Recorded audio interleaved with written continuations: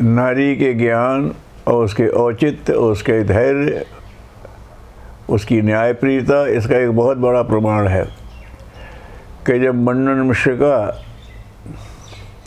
आचार्य शंकर से शास्त्रार्थ हुआ तो समस्या आई कि अब इसके ये दो दिग्गज बोल रहे हैं तो इसके बीच में निर्णायक कौन बने। तो सबने देखा कि भारती देवी ही एक ऐसी है मंडन मिश्र की पत्नी, और लोगों ने कहा कि यही निर्णायक रहेगी। यहाँ ये बात आता है कि दो में से एक पक्ष की पत्नी होने पर भी वो न्याय कर सकती है, लोगों को भरोसा है। उसने न्याय किया भी, तो न्याय किया, उनको विजयी घोषित कर दिया, और फिर उसके बाद फिर उसने अपने पत्नी की भूमिका में आ गई और उन्होंने कहा अभी आपकी विजय अधूरी है, आपने अर्धांग को हराया है, अब मैं आपसे शास्त्रार्थ करूँगी। और उसने कुछ ऐसे प्रश्न कर दिए जिनको ब्रह्मचारी उत्तर ही नहीं दे सकता था, गृहस्थ धर्म से संबंधित थे। तब आचार्य शंकर को समय मांगना पड़ा। फिर उन्होंने परकाया प्रवेश करके राजा के रूप में जा कर के वो सब अनुभव प्राप्त किए, और जब वो तब फिर शास्त्रार्थ करने आए तो वो मंडन मिश्र के साथ तैयार थी दीक्षा लेने के लिए। उन्होंने कहा बस आचार्य मुझे तो ये बताना था कि एक वो भी पक्ष है जो आपको समझना चाहिए, आपसे कोई शास्त्रार्थ में जीत नहीं सकता, आप तो स्वयं शिव रूप हैं। और ऐसा फिर दोनों ने उनसे दीक्षा ली है और फिर उनके साथ विस्तार में काम किया। लेकिन नारी की ये जो है कि उनके शास्त्रार्थ में वो इतनी विद्वान भी है कि उसे बनाया जा सकती है, इतनी निष्पक्ष भी है, इतनी समझदार भी है।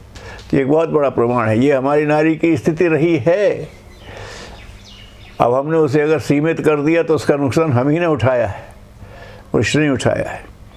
इतने दिनों जो भारत गुलाम रहा उसका कारण यही है कि नारी ने कभी मनुष्य के व्यक्तित्व को विकास करने के, हम जैसे हैं वैसे ही ठीक हैं, दीन स्थिति में बनते रहे, है ना।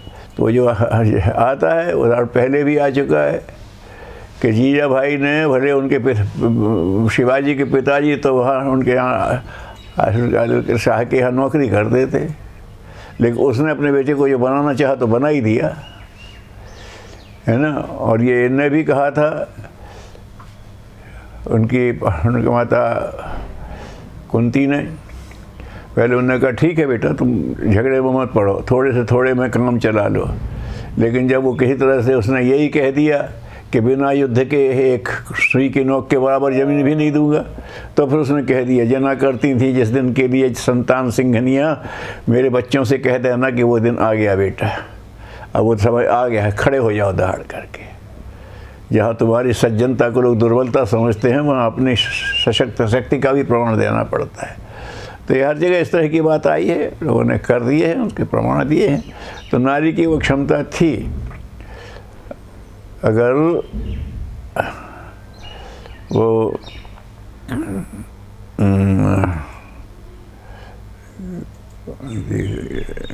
अपने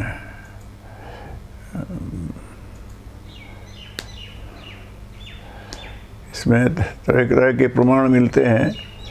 जैसे वो राजा के मदालसा का है, राजा बने, उसने कह दिया था कि मेरे बच्चे तो दोबारा किसी घर में नहीं आएंगे, मतलब जीवन मुक्त बनेंगे। अब वो ही संस्कार दे रही थी तो राज्य कौन संभाले। 3 बच्चे जा कर के उन्हें संन्यास ले लिया, तब राजा ने कहा देवी अब ये राज्य कौन संभालेगा। तो उसने कहा अच्छा अब ये पैदा कर देती हूँ। तो उसने अलग को किया, और वो कहा ये राज्य में पढ़ कर के ये कहीं भटक ना जाए, तो सुबाहु से कह गई थी सबसे बड़े से, बड़े बेटे छोटे भाई पे ध्यान रखना, मैंने कहा है ये कहीं माया मुँह में फंस न जाए। और उन्हें ध्यान रखा, जब वो फंस गया था वो हम कथानक बता भी चुके हैं कि वो कर दिया। तो ये है कि नारी के अंदर जो क्षमता थी वो शेष संतान वाले कह रहे डिक्लेयर करके मैं ऐसे बच्चे पैदा करूँगी, वैसे वैसे बच्चे करके दिखा दिए। इस तरह की बात होती है। तो इसको ये नारी की क्षमता है। ऐसे हमारे यहाँ प्रमाण भरे पड़े हैं। तो बीच में मध्य युग में, गुरुदेव का मध्य युग में लोगों ने हमने यानी कहाँ से सीख लिया, उसी का हमें उठाना पड़ा प्रमाण कि हम इतने दिनों तक गुलाम रहे, हमारे यहाँ तेजस्विता समाप्त हो गई। चलो।